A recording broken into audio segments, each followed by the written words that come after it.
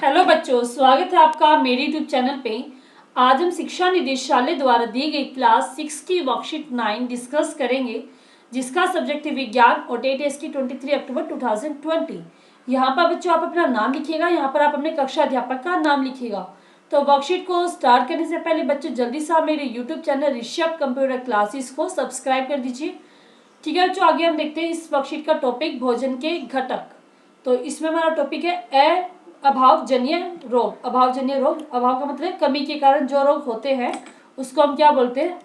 अभावजन्य रोग। तो देखते इसमें एक व्यक्ति खाने के लिए पर्याप्त भोजन पा रहा है, लेकिन कभी कभी उसके भोजन में किसी विशेष पोषक की कमी हो जाती है।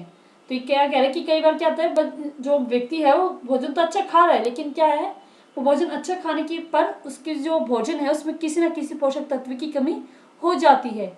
यदि यही कमी लंबे समय तक चलती रहे तो वह व्यक्ति उसके अभाव से ग्रसित हो सकता है।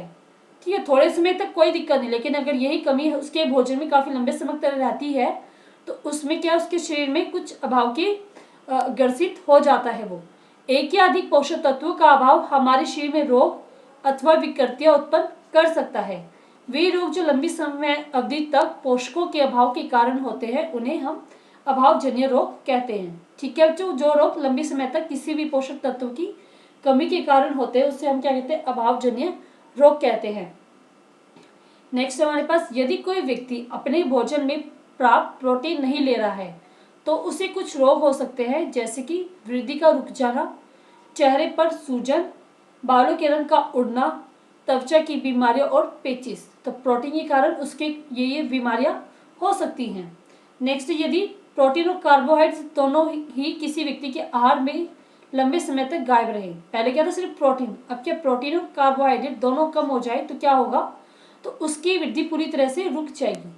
ठीक है, तो वृद्धि उसकी बड़ा वो उसकी क्या ग्रोथ बिल्कुल रुक जाएगी। ऐसा व्यक्ति बहुत दुबला पतला हो जाएगा, वह इतना कमजोर हो जाएगा कि चलने में भी असमर्थ हो जाएगा। ठीक है, वो चल भी नहीं पाएगा मतलब।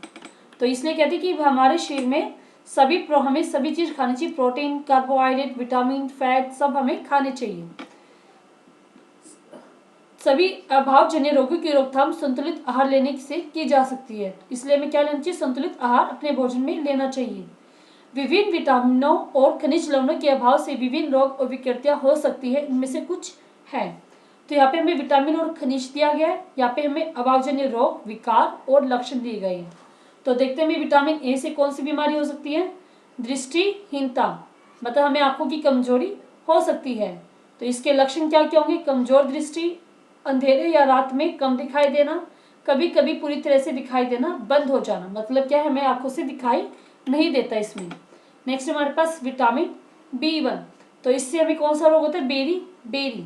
तो इसमें क्या होता है? कमजोर पेशियां और काम करने की ऊर्जा में कमी, मतलब हमारी पेशियां कमजोर हो जाती है और हमें काम करने में की ऊर्जा हमें नहीं मिल पाती। नेक्स्ट है विटामिन C, इससे हमें रोग होता है स्कर्वी, मसूड़ों से खून निकलना, जो हमारे मसूड़े होते हैं उसमें से खून निकलता है, और जो घाव अगर हमें चोट लग जाती है उसको भरने में भी काफ़ी टाइम लग जाता है। विटामिन D, रिकेट्स रोग होता है, इससे अस्थियों का मुलायम होकर मुड़ जाना, मतलब जो हमारी अस्थि होती हैं वो हल्की मतलब मुलायम हो जाती है, मुड़ने लग जाती है। नेक्स्ट है कैल्शियम, अस्थियां एवं दंतशय, तो अस्थियां हमारी कमजोर हो जाती है और दांतों का झड़ना या कमजोर होना स्टार्ट हो जाता है। कमजोर अस्थियां और दंतशय। आयोडीन से हमें रोग होता है घेंगा एंड गाइटर। और गर्दन की ग्रंथि का फूल जाना, जो गर्दन इसमें दिखाएगी, इसमें क्या है, जो गर्दन ही फूल जाती है। बच्चों में मानसिक विकलांगता, जो बच्चे हैं उसमें जो मेंटल डिसेबिलिटी कहते हैं इंग्लिश में, वो आने लग जाते हैं आयोडीन की कमी के कारण। नेक्स्ट है आयरन से क्या होता है? अरक्तता, एनीमिया रोग, इसमें क्या आ जाती है, हमारे शरीर में कमजोरी आ जाती है, हम कुछ भी काम नहीं कर पाते हैं। ठीक है बच्चों, अब हम देखते हैं क्वेश्चन आंसर।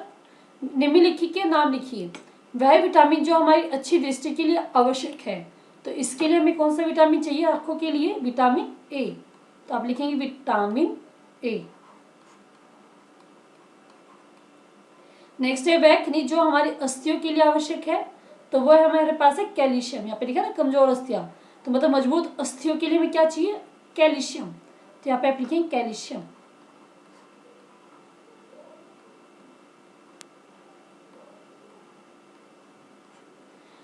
नेक्स्ट है बच्चों, वह विटामिन जो हमारे घाव बनने के लिए आवश्यक है, तो वह हमारे पास है विटामिन सी।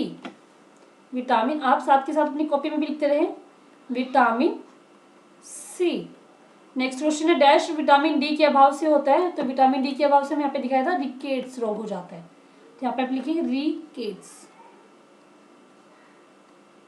नेक्स्ट है, डैश की कमी से बेरी बेरी नामक रोग होता है, तो बी से भी आप याद कर सकते हैं, बी मतलब विटामिन बी की कमी से, विटामिन B1। विटामिन सी के अभाव से कौन सा रोग होता है, स्कर्वी। ठीक है, सी फॉर विटामिन सी, से फॉर स्कर्वी, सी से स्कर्वी रोग होता है। हमारे भोजन में डैश के अभाव से रतौंधी रोग हो जाता है। रतौंधी का मतलब यही है दृष्टिहीनता, तो इसको हम बोलते हैं विटामिन ए की कमी के कारण होता है ये, विटामिन ए।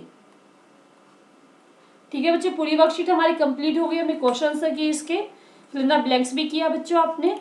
अगर आपको ये वर्कशीट समझ में आई बच्चों, अच्छी लगी है, तो इस वीडियो को लाइक कीजिए बच्चों, अपने दोस्तों के साथ शेयर कीजिए। उसके लिए आप लाइक के लिए आप ये वाला बटन दबाएंगे, शेयर के लिए आप ये वाला बटन दबाएंगे, और सब्सक्राइब करने के लिए बच्चों आपको मेरे यूट्यूब चैनल के नीचे यहाँ पे सब्सक्राइब का बटन दिया होगा, और उसके साथ ही बेल आइकन होगा, उसको आप प्रेस करेंगे तो आप इस चैनल के लिए सब्सक्राइब हो जाएंगे बच्चों।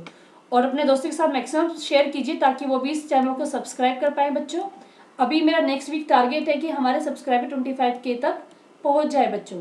तो मुझे पता है कि आप सब मेरी इस काम में हेल्प करेंगे बच्चों, तो हेल्प कीजिए बच्चों। थैंक यू बच्चों पढ़ने के लिए, और पढ़ते रहिए, कंटिन्यू रखिए। थैंक यू बच्चों।